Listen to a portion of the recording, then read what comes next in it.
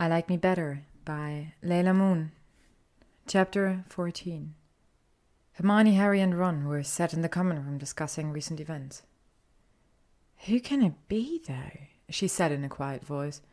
"Who'd want all squibs and muggleborns out of Hogwarts?" "Let's think," said Ron in mock puzzlement. "Who do we know who thinks muggleborns are scum?" He glanced at Hermione. She looked back, unconvinced. "If you're talking about Malfoy—" "Of course I am," Ron replied. "You heard what he said. Come on, you've only got to look at his far rat face to know it's him." Malfoy is definitely not the heir of Slytherin. It would be too obvious." "Look at his family," Harry joined in. "The whole lot of them have been in Slytherin. He's always boasting about it. They could have easily been Slytherin's descendants." Hermione knew she was on a dangerous ground and had to be careful. Despite throwing the same accusation at Draco previously, she knew it wasn't him. He had wanted to protect her, but obviously she couldn't let her two friends know this. Rolling her eyes, Hermione said, "While you two carry on with your conspiracy theories, I'm going to bed." The next few weeks were a whirlwind of activity, and Hermione barely had time to think about the Chamber of Secrets, let alone Draco Malfoy.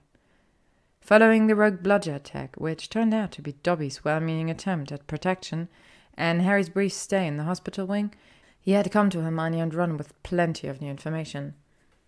The trio knew that the Chamber of Secrets had been opened before, and that it housed a monster. Unfortunately, following the dueling club incident, Harry was now a prime suspect to be the heir of Slytherin. It didn't help matters that Harry had been caught next to yet another victim in the corridors. Given everything, the three of them decided to stay at Hogwarts over the Christmas holidays. Despite Harry and Ron's dispute, they had to agree that it would be beneficial being able to access the library regularly for their research. Time continued to pass, and Hermione and Draco had reached what she called an awkward truce. They had yet to properly discuss what had happened on the Quidditch pitch, but they were not actively fighting anymore either. Leaving the Great Hall with Harry and Ron one morning, Harry suddenly gave a cry of alarm and shouted, "The voice! I just heard it again, didn't you?" While Ron just shook his head, wide-eyed, Hermione clapped a hand to her forehead.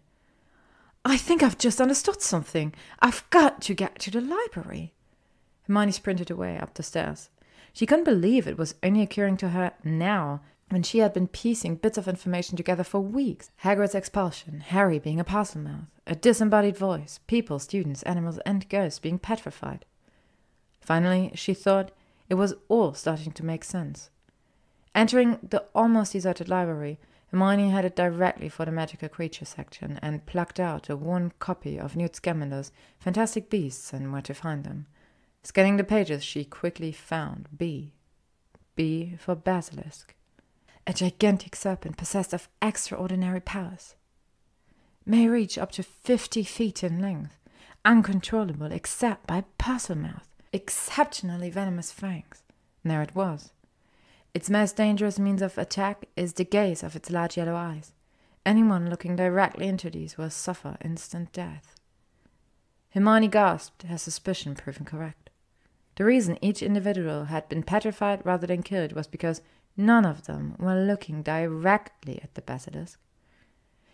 She was about to close the book when the air around her became almost painfully cold. Shivering, she glanced across the dimly lit library and noticed a trail of spiders marching towards the nearest window. Hermione's stomach dropped. She knew what was near. Silently apologizing to Newt Scamander,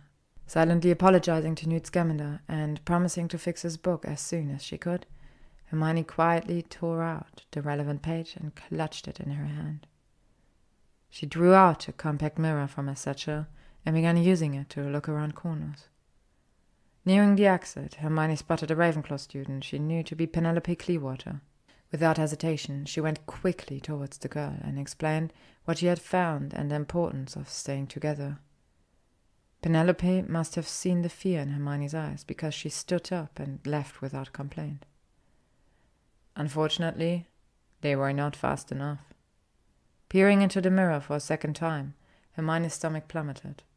The last thing she saw were two enormous yellow slitted eyes. To be continued. Thank you for listening to today's chapter of I Like Me Better by LeilahMoon, read by Ella Makes My Bella. If you would like to stay up to date on upcoming